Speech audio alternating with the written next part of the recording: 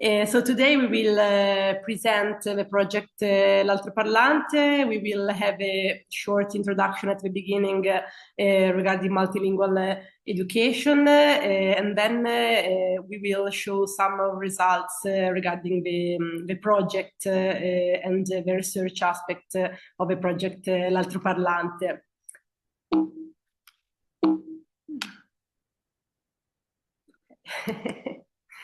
As we know, and also according to Cummins, research and teaching practices in the field of language education are slowly shifting to a cross-linguistic translanguaging phase, which involves the overcoming of monolingual assumptions and the principle of linguistic separation found in the majority of bilingual programs and language teaching approaches. The cross-linguistic translanguaging phase has been boosted by the elaboration of the translanguaging concept, which entails a transformation of the pedagogical experiences of minoritized students whose linguistic competencies and practices begin to be considered legitimate meaning-making resources.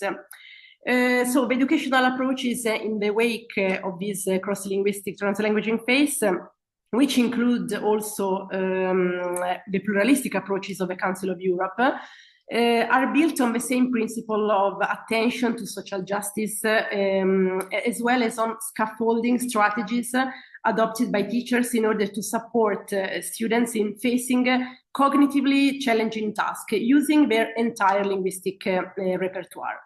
And one of the most extensive experience in applying translanguaging in school is the CUNY-NICEB project that we want to mention here, since the project L'AltRoparlante took a lot, take it as an example.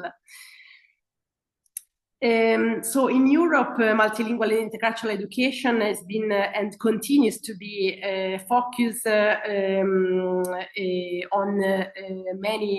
continue to be a focus in numerous projects and documents, in particular promoted by the European Center for Modern Languages of Graz. Specifically, I would like to mention the EOL and LaDiLS projects, which are based on Eveillolong, or Awakening to Languages, which are educational activities involving languages that the school does not formally teach, but are often spoken by children with migratory backgrounds. So these activities aim to explore how these languages work with a perspective focused on awareness and metalinguistic aspects. And very recently, the last recommendation of the Council of Europe, of the European Union in May 2019, emphasized again how it is important to recognize learners' prior language experiences, seeking to overcome the tabula rasa view that sometimes we still have. So most of the project based on multilingual pedagogies appears to be somehow very multimodal, or at least it's something that we sensed.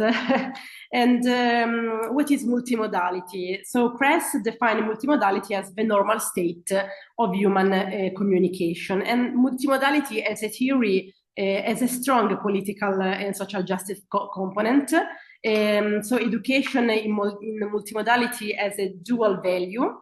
On one hand, it allows students to bring their personal and cultural backgrounds and individual interest into the classroom, expanding their semiotic possibilities and creating a kind of power inversion within the classroom. In this way, if a student has limited aptitude in using monomodal resources, like writing only, they can still express a concept or a content through other resources and thereby be recognized and valued. On the other hand, providing the tools for multimodal communication is a school responsibility to enable all students, including those more inclined toward the monomodal forms, to acquire and decode the modes of communication in the contemporary world outside the school. So we can observe a kind of common thread between the concept of translanguaging and the idea of multimodality, rooted on one side in the need to expand students' semiotic capacities, and on the other in legitimizing the semiotic plurality to subvert dynamics of social inequality.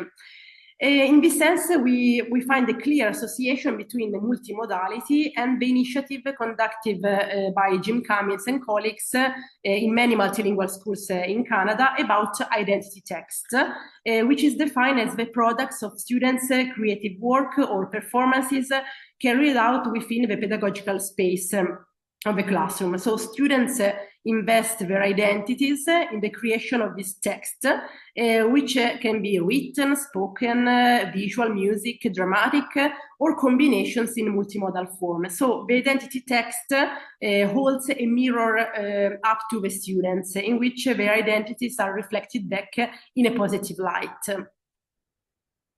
We believe that the next step beyond the multimodality in language education is represented by art-based approaches, which Jessica Bradley, one of the speakers in this seminar series, has defined as practices which often disrupt the boundaries between semiotic resources, leading to a deeper understanding of affective and embodied experience.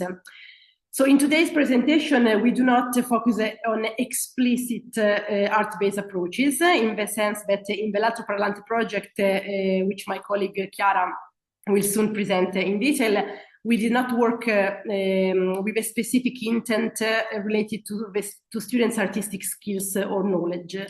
However, these often emerge naturally within the multimodal framework of our project. However, I am happy to briefly mention that at the university where I'm working now in Perugia, programs for teaching the Italian language to future students of fine arts academies have been active for years. So these are more explicit art-based approaches, as they combine language learning with the enhancement of artistic skills, in particular of Chinese students in the Marco Polo governmental program.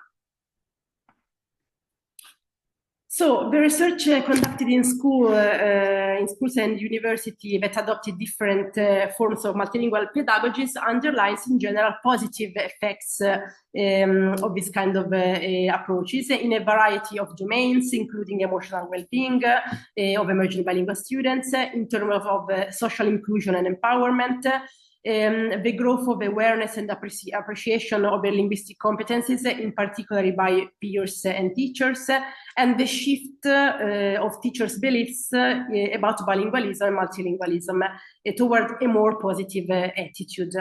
From a quantitative perspective, research is more limited because, as we can imagine, not many educational contexts are able to continuously implement translanguaging pedagogy to an extent which can allow researchers to identify linguistic phenomena.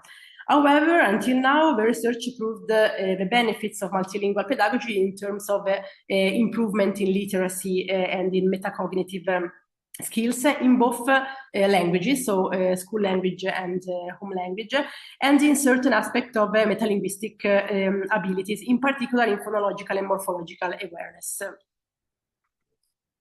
Right, so Valentina has introduced a bit the theoretical background for our project, and also with references to the multimodality and the art-based perspective, understanding of plurilingual education.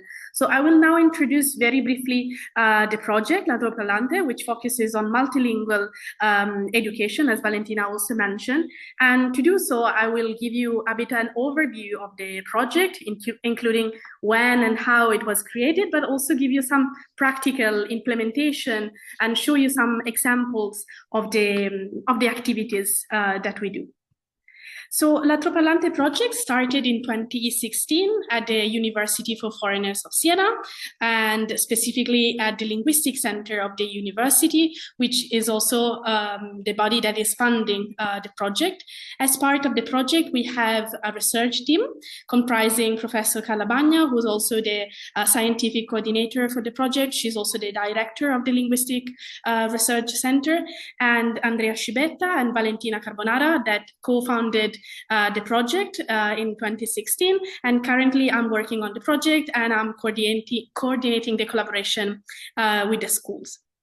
So we define L'AltRoparlante project as a transformative action research project characterized by a close collaboration between the teachers and the research team that I just introduced to you. So the teachers are the one implementing, of course, the activities in the classroom, but there is a very close collaboration with them.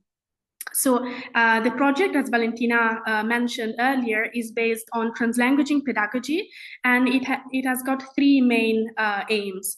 The first one is, of course, to promote educational practices that are rooted in translanguaging pedagogy, so incorporating the students' home languages in curricular activities to enhance the learning and also create an inclusive and democratic learning environment. The second aim is to foster the development of multilingual literacy skills, empower the students through their home languages and their identities too. In order to do this, we design and implement activities that are including these languages, and in this way we aim also to support their biliteracy development and also value their diverse and rich linguistic repertoires. Lastly, the project also seeks to evaluate the impact of these multilingual educational practices on the teachers, on the students, on parents. So we want to see what is the impact and how we can value it through the research.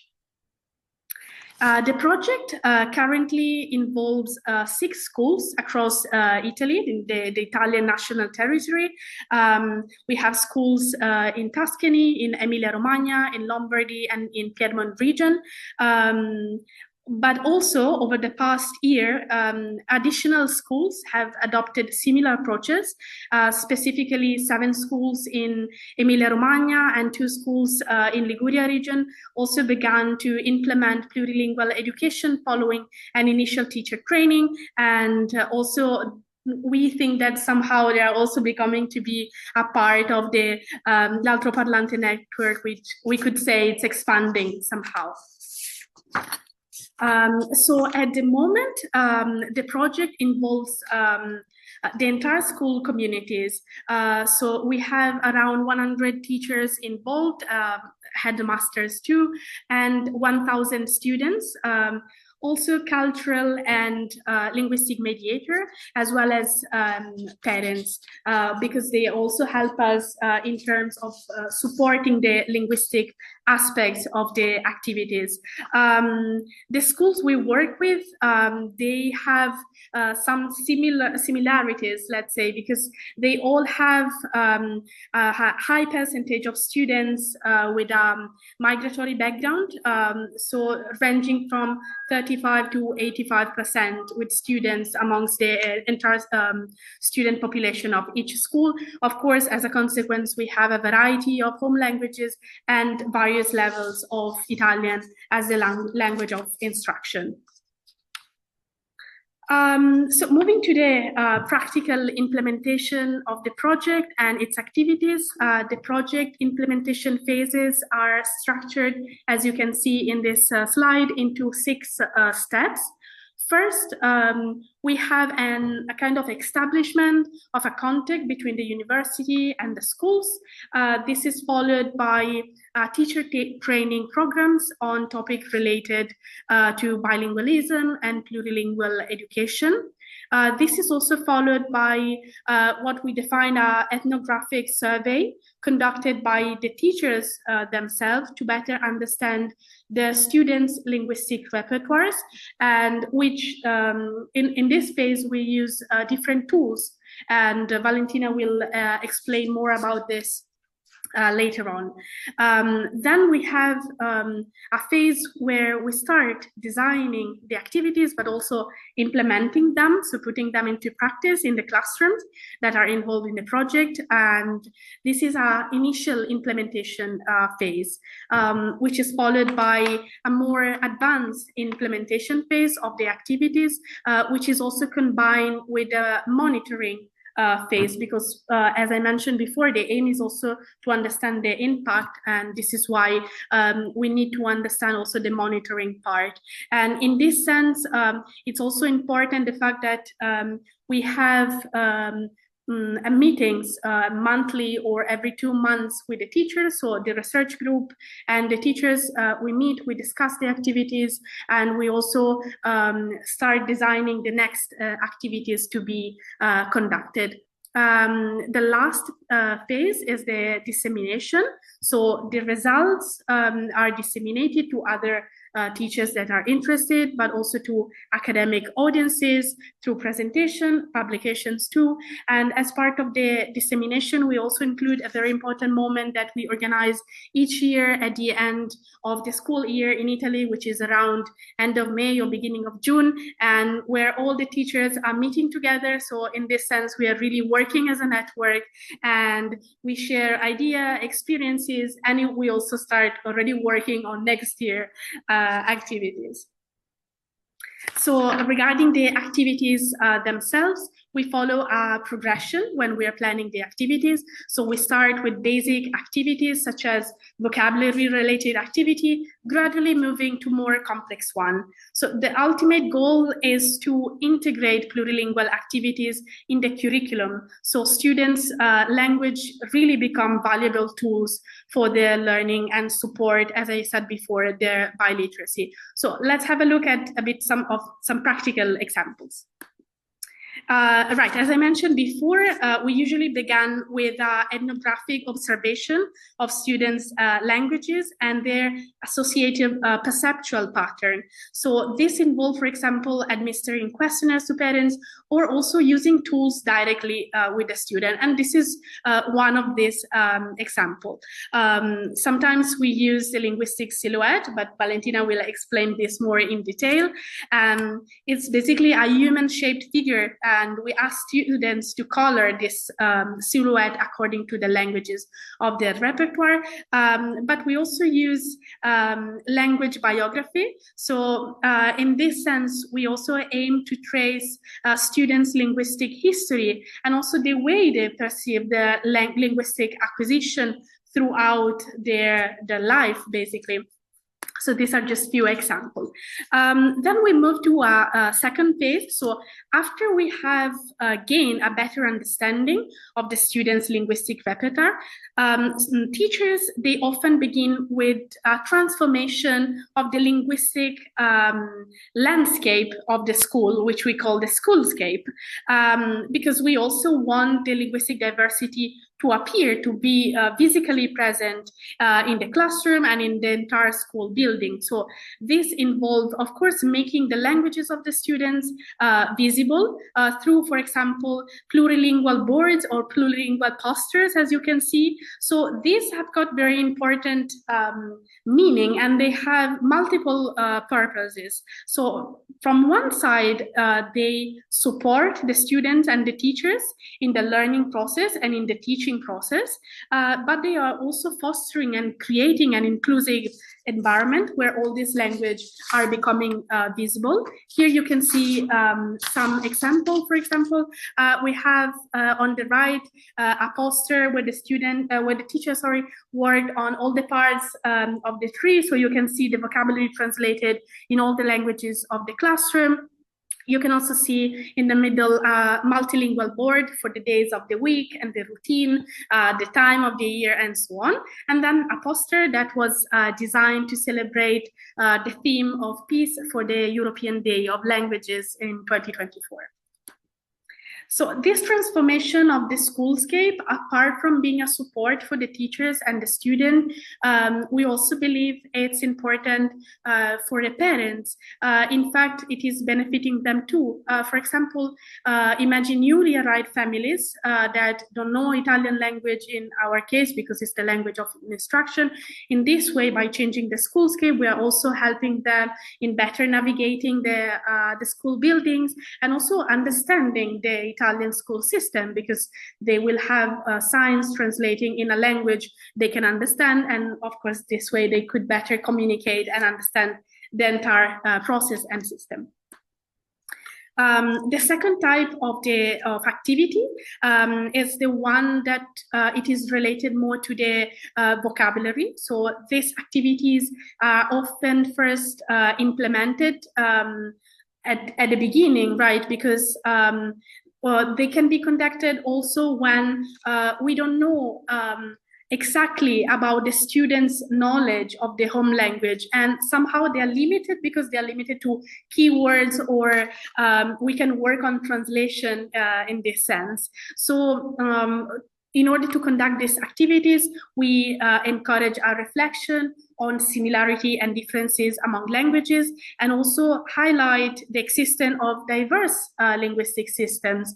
For instance, teachers might incorporate daily routine, such as saying the days of the week in different languages, as you can see in this image on the left, and also explore the names of colors in various languages of the classroom. Here are two more examples on vocabulary-related activities in primary school. In the first one, 6-year-old students, they were learning numbers through these activities. And so the symbol of the number is included, but also the name of the number, for example, in Mandarin, because this was the predominant language in the classroom working on this activity. And also in the below part of the image, you can also see other translations, so the same number in other languages too. This activity was also linked to mindfulness exercises. So the student also associated each number, the translation of the number in the different languages, and a specific yoga position. The second example involved a teacher designing a metalinguistic activity where students were asked to identify specific words within a sentence, and this activity was meant to develop their awareness of linguistic structure and how they can change from one language to another one, as well as their intercomprehension strategies. Another lexical related activity could also be specifically related to a topic. For example, you can see here one activity focused on the parts of the body, while another one focusing on winter clothing. Both these two activities, they were part of a lesson on English as a foreign language. So in this case, the teacher was including students' home languages to enrich the learning experience, but still having a focus on learning English as a foreign language. Right, so moving beyond the lexical or vocabulary-related activities, teachers also implement activities on phrasal and textual level.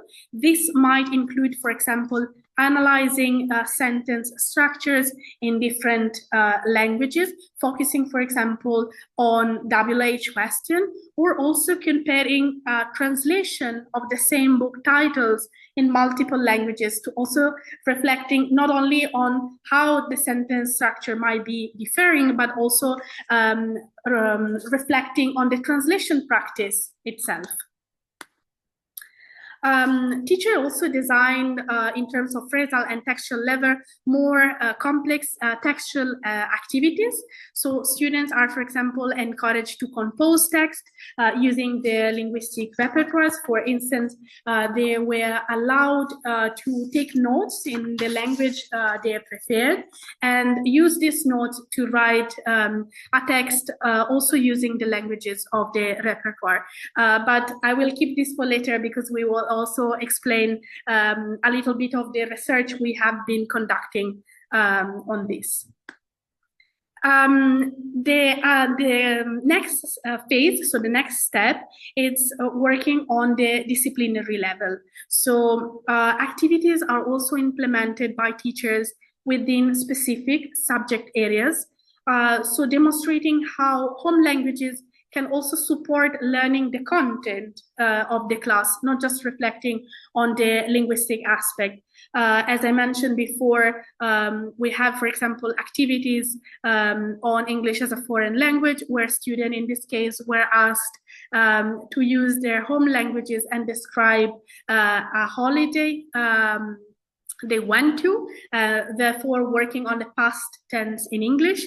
But also another activity you can see in the picture just in the middle was designed for a class on geography. It's a bit tiny, but you should be able to see that the different colors are actually different languages. So the same student was asked to use the language of the repertoire to produce the same content, and therefore supporting the learning. Another activity you can see in the image on the right was also to work in a class on civic education. In this case, students were writing down the characteristic of what for them was an ideal political candidate. So they use multilingualism in this case to write down about this. And then, as I mentioned before, there is a transformative level which holds both linguistic and social value. So we include in this kind of activities, for example, the one you can see on the left, where we involved a group of mothers from India, Pakistan, and Morocco to conduct storytelling sessions in the mother tongue, but also in Italian, because they were also attending Italian as L2 classes. And you see them with the kids here learning, reading out some books. And another nice example, I feel, it's a multilingual dictionary created by the students. And this was designed to welcome newly arrived students.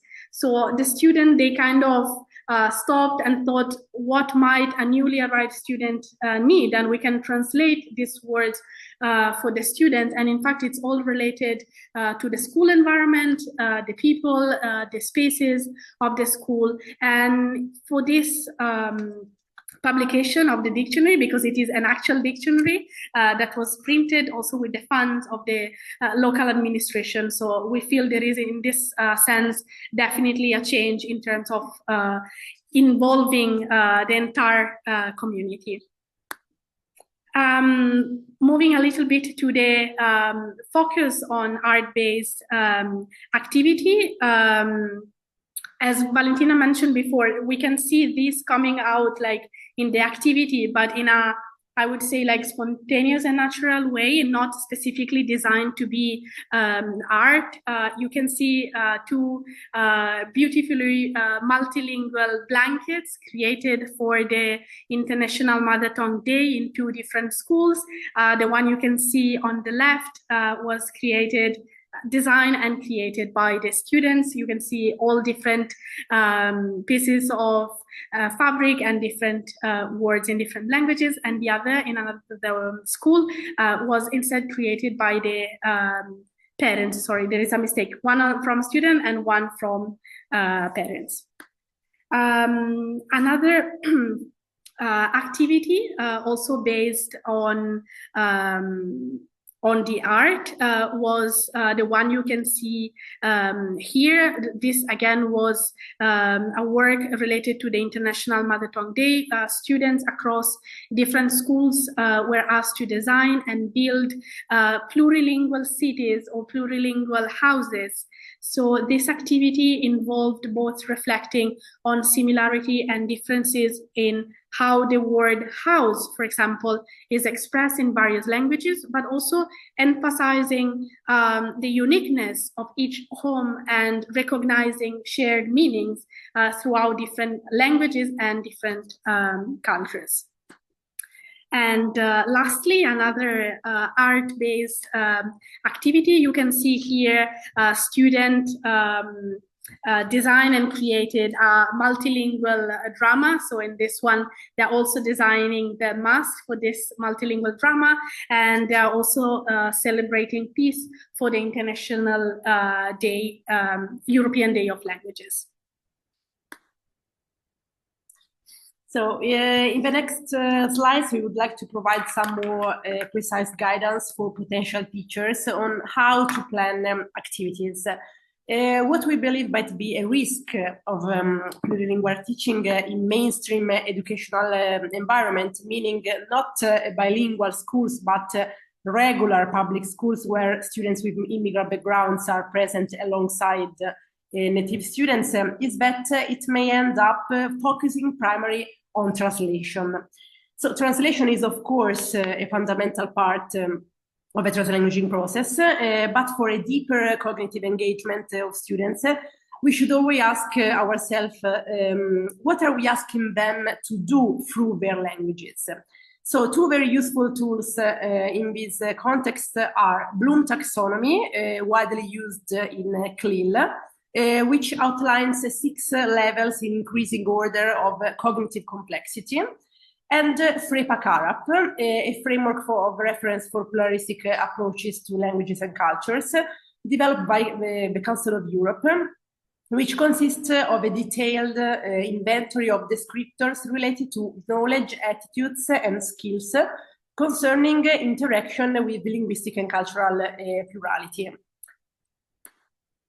So here we look in more detail at various linguistic cognitive actions related to the 6 levels of Bloom's taxonomy, where we find several activities with educational value, such as defining, comparing, reflecting, predicting.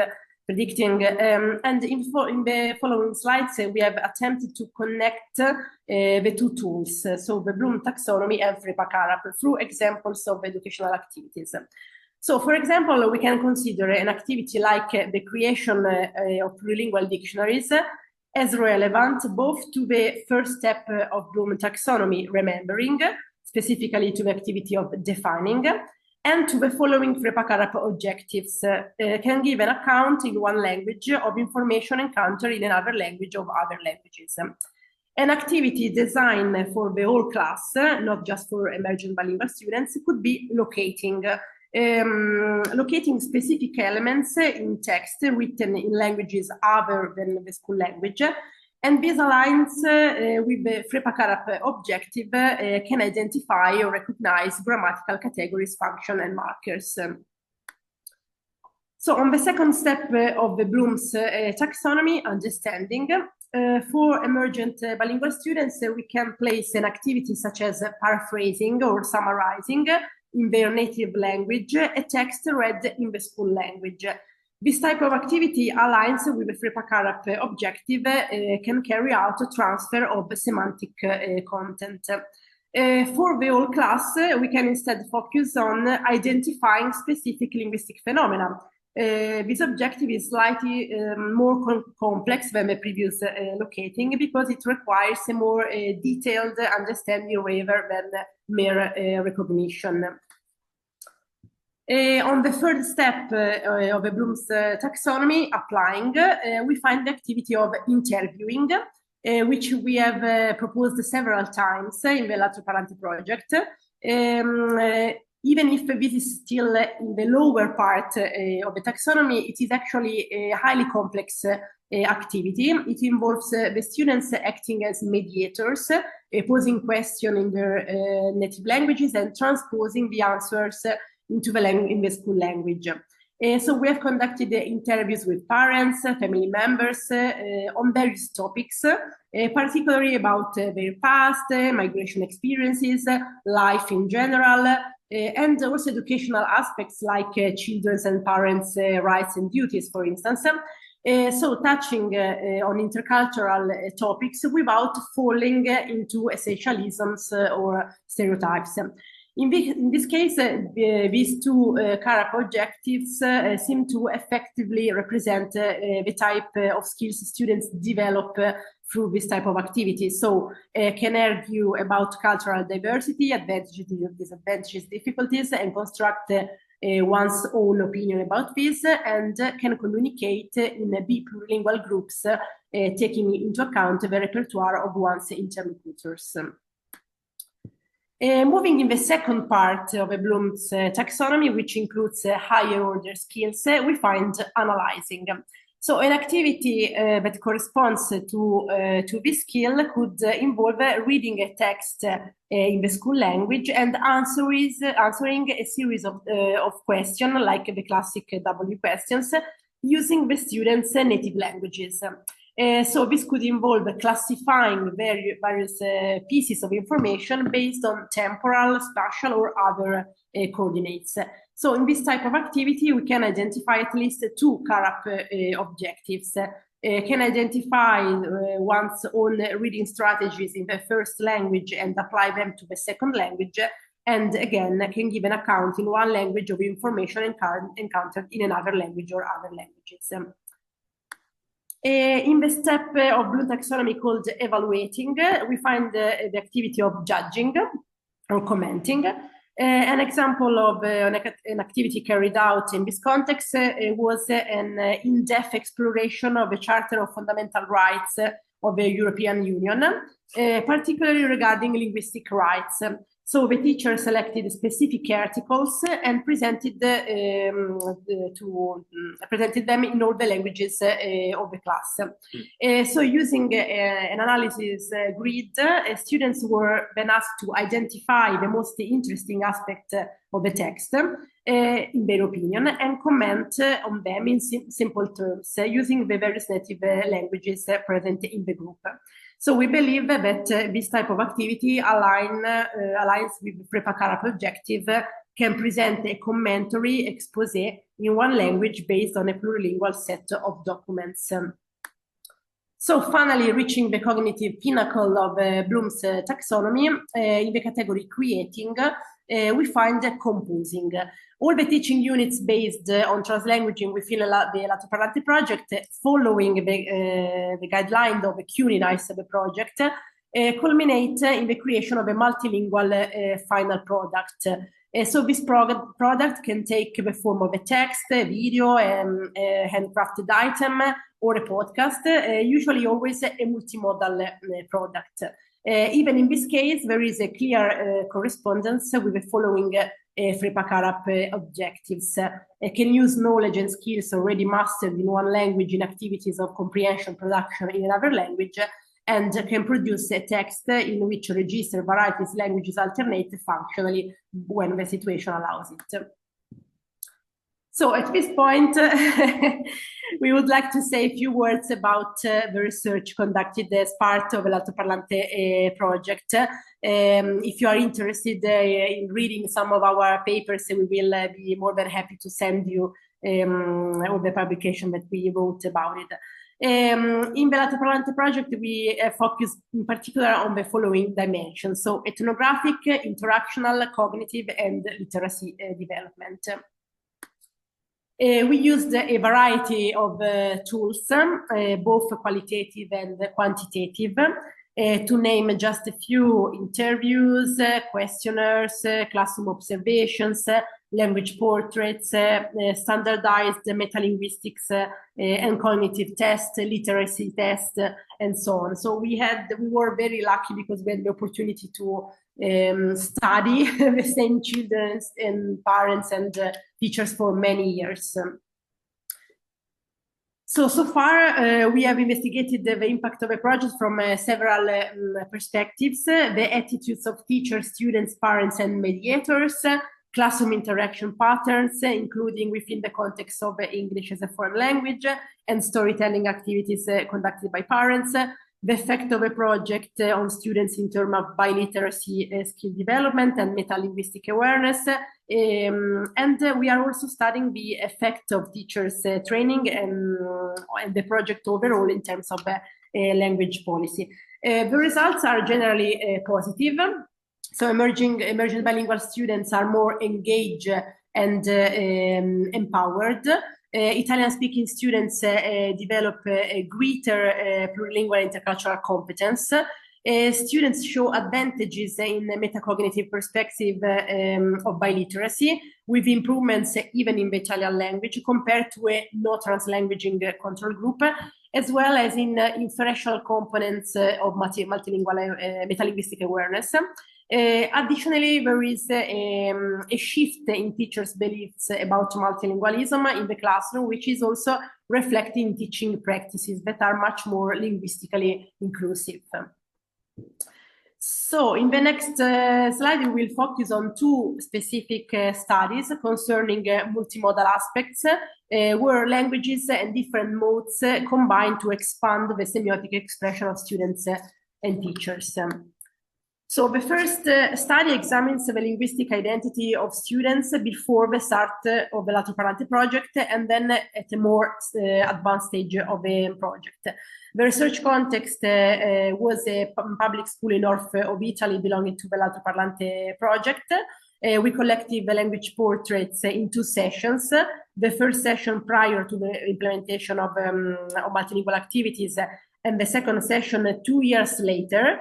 And in the first session, we collected 86 language portraits in 5 primary school classes. Around half of the students who completed the task had an immigrant background, but most of them were born in Italy. In the second section, we collected the 80 language portraits, 75 of which were matched with the ones collected during the first session as colored by the same children. The task in both cases required the students to color the language portrait according to the languages they felt as belonging to their linguistic repertoires, and afterwards they were asked to present their portrait to the class and explain it. The model that we used was the one adopted also by the Institute of Linguistics at the University of Vienna. So focusing only on the 75 children who completed both language portraits and comparing the differences between the language portraits colored before the implementation of multilingual education and after 2 years, one of the main results regards the increasing in the number of references for the node presence of peers' home languages. So most of the children in the second language portrait represents also the languages spoken by the emergent bilingual peers, which implies the acknowledgement of the collective linguistic repertoires and deeper language awareness. So this phenomenon seems to appear in particular in Italian native students. In this slide, you can see how this child language portrait changes after the implementation of multilingual education in her class. So her first language biography shows a quite poor language awareness. She only reported Italian as represented by the use of the flag in the feet, while the other parts of the body in pink and black have been not associated with any language or dialect. In the second language portrait, instead, she precisely included her dialects. So there's a kind of acknowledgement also of all the linguistic backgrounds of the students, including the Italian dialects, and all the languages spoken by her peers, the languages she's studying. So few children from an immigrant background were not able to represent their home languages in the first language portrait, thanks God, but still some of them did not, generally because of shame. So this condition, as I said, luckily was already not so widespread before the implementation of multilingual activities, and almost disappeared completely after the legitimation of linguistic plurality in school instruction. So here you can see Luca's language portrait, a child whose mother is from Moldova and his father from Italy. In the first language portrait, he included only Italian, and left a lot of white space in the silhouette. In the second language portrait, he represented Moldovan in his head, as well as his peers' languages and his father's dialect. Also, Jessica, whose mother is Romanian and father Italian, in the first language portrait did not mention at all Romanian, but only the languages studied at school, or father dialects and the local dialects. In the second language portrait, Romanian became more visible in the hand, and she also included her peers' languages. She explained her second language portrait in this way. In my head, I put fuchsia for Romanian because I think a lot in Romanian. When I write the essays, I don't think in Italian, but in Romanian. Jessica also underlines she loves her peers' languages. Around the heart, there are 4 languages I care about. Blue is Polish, orange is Spanish, green is Arabic, and yellow is Albanian. And finally, she represented herself as Italian. So I color my heart green for Italian because I study Italian and because I am Italian. So this is a great identity affirmation. Right. So in terms of research related to art-based and multimodal activities, we're also conducting another research with my colleague Martina Bellinzona, and it's study within the study, let's say, because it's set within the L'AltRoparlante network. We call this Project Prisma.